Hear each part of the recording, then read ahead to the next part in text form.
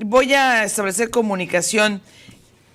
Creo que ya está en la línea, ¿verdad? Sí, con José Lugo, coordinador general de Incidencia Política en Protección a la Niñez, que le agradezco muchísimo que nos tome esta tarde la comunicación, y voy a poner rápidamente y muy brevemente en contexto a la audiencia, y es que la organización Save the Children en México lanzó una alerta al gobierno mexicano para fortalecer los programas y políticas internas de protección infantil.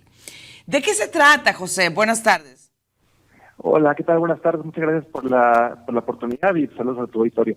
Pues mira, lo que queremos hacer es poder avanzar en la protección de niñas, niños y adolescentes. Como sabes, hace algunos días una iniciativa de ley en donde se está degradando a la Secretaría Ejecutiva del CIPINA, ¿no? Y que se quiere mandar al DIF, y también se está proponiendo que la Comisión Mexicana de Ayuda a Refugiados, que es un organismo desconcentrado, pues forme parte como una unidad administrativa de gobernación. Entonces, estos cambios que aunque parecen mínimos, ¿no? Pues sí generan una disminución en las capacidades que existen para poder articular a todas las dependencias de gobierno que tienen que trabajar en la protección de niñas, niños y adolescentes, ¿no? Entonces, no solamente es, por ejemplo, la Procuraduría de Protección, no solamente es el DIF, también es la Secretaría de Educación, Salud, Bienestar, etcétera, ¿no?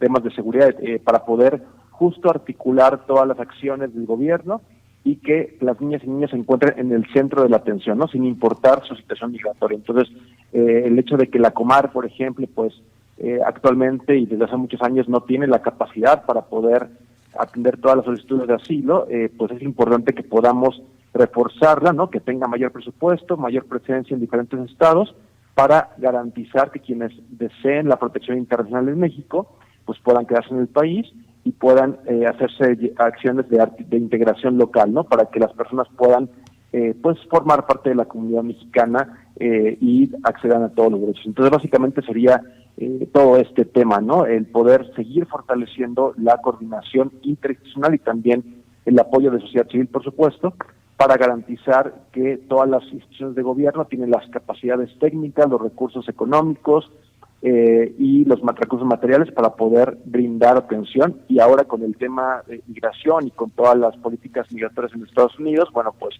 hay una necesidad aún mayor, ¿no? Por toda la crisis humanitaria que existe en el norte y en el sur del país, ¿no? Y bueno, pues que se ha trasladado a diferentes regiones del país. Claro, claro. Me quedé pensando en el impacto psicológico que debe representar esta incertidumbre, sí, que la condición migratoria sin duda siembra en los adultos y que evidentemente se traspasa a los niños y las niñas, José.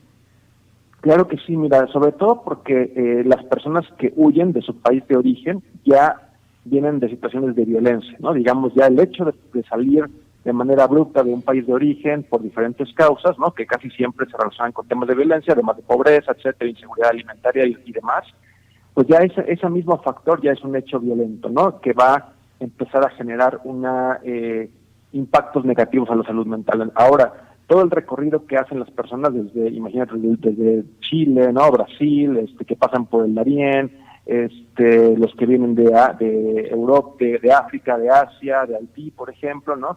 Bueno, pues son diferentes desafíos, pues que ponen en riesgo su vida cada vez, ¿no? Entonces, pues para un niño, una niña, la familia, pues es algo muy, muy complicado de entender y que no hay las posibilidades de poder acceder a protección. Digamos que durante todo el tiempo de su viaje hasta que llegan a México, pues ha pasado por diferentes violaciones de derechos, vulneraciones, abusos sexuales, extorsiones, abusos de autoridad, un sinfín de cosas, ¿no? Entonces, imagínate que ya cuando están en México, bueno, pues tienen toda esa carga emocional, toda esta cuestión, con esta idea de poder encontrar en los Estados Unidos de manera primordial un lugar seguro donde puedan reunirse con familia. La mayoría tiene familias en Estados Unidos, sobre todo el de la región de Centroamérica, y bueno, pues todas estas peripecias que han sufrido, ¿no? Y los diferentes cambios, pues genera pues mucha ansiedad, mucho estrés, mucha desánimo, ¿no?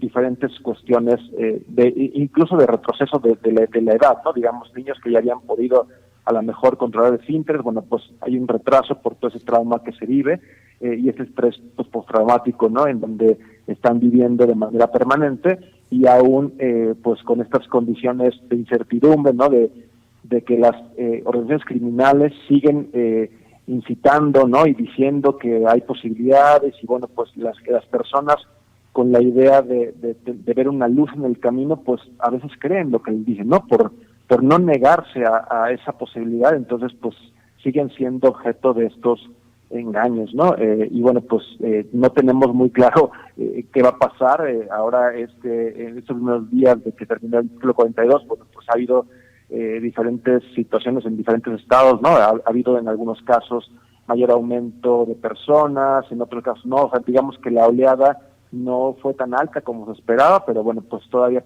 estamos atentos a una reacción en los próximos días. Híjole, ahora, ¿qué tanta voluntad, por un lado, voluntad y capacidad de organización detectan ustedes en el gobierno mexicano? Es decir, gobierno como ahora sí que principal o primer respondiente o responsable, porque luego muchas tareas de este tipo quedan en manos de la sociedad civil organizada, de la solidaridad que podamos mostrar o no. ¿Qué tanta voluntad, por un lado, y por otro lado, capacidad del gobierno para atender el tema? Claro, mira, pues es muy difícil. En las reuniones que tenemos nosotros con gobierno federal y con estatales, bueno, siempre en el discurso está este compromiso, ¿no?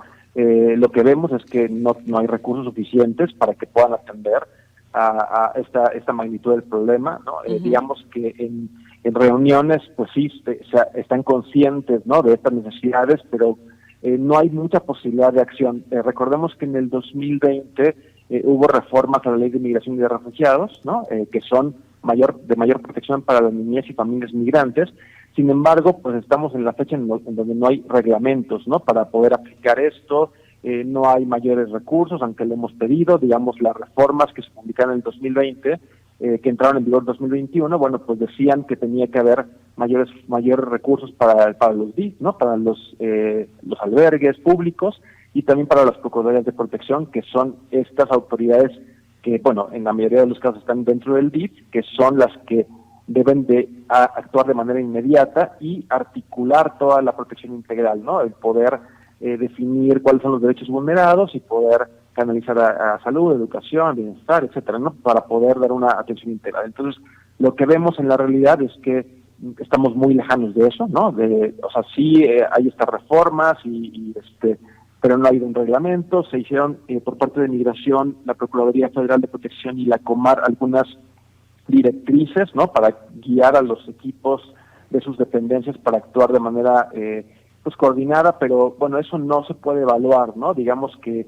no es un reglamento, no hay una mayor capacidad, ¿no? Hemos desde Save the Children avanzado mucho y tratado de empujar temas de capacitación, de fortalecimiento. Estamos trabajando en diferentes estados para que los CIPINAS estatales puedan articular una ruta de protección, ¿no? Donde se puedan coordinar de manera adecuada, pero eso toma tiempo, ¿no? Y los CIPINAS en los estados, pues, no tienen mucho personal para poder articular y trabajar, ¿no?